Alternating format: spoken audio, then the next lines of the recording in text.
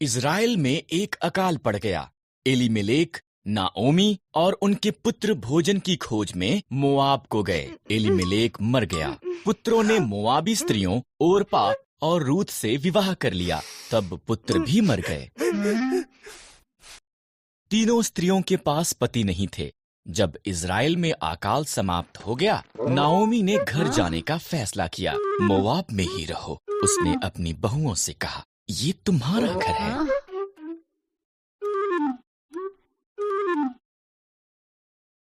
ओरपा वहीं रही, पर रूथ ने कहा, जहां भी आप जाओ मैं जाऊंगी। आपके लोग मेरे लोग होंगे, आपका परमेश्वर मेरा परमेश्वर होगा। रूथ और नाओमी इकट्ठे वापस इज़राइल को गईं। ये इज़राइल में फसल के कटने का समय था।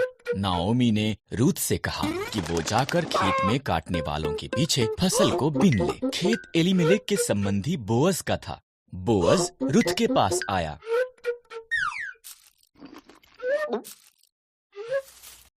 तुम नाओमी के साथ बहुत अच्छी रही हो, बोअज ने कहा। घर छोड़ना मुश्किल रहा होगा, परमेश्वर तुम्हें आशीष दें। उसने रूथ को भोजन दिया और अपने जवानों को उसकी देखरेख करने को कहा। रूथ ने नाओमी को बताया कि क्या हुआ था। नाओमी मुस्कुराई।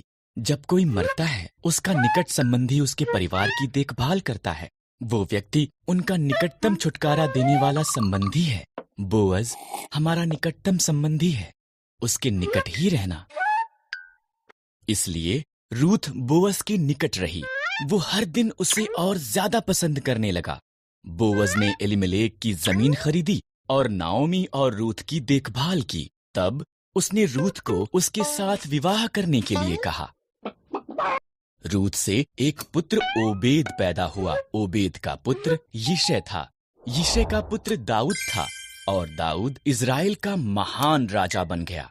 इसलिए परमेश्वर ने रूथ को आशीष दी, ठीक जैसा कि बोअज ने प्रार्थना की थी।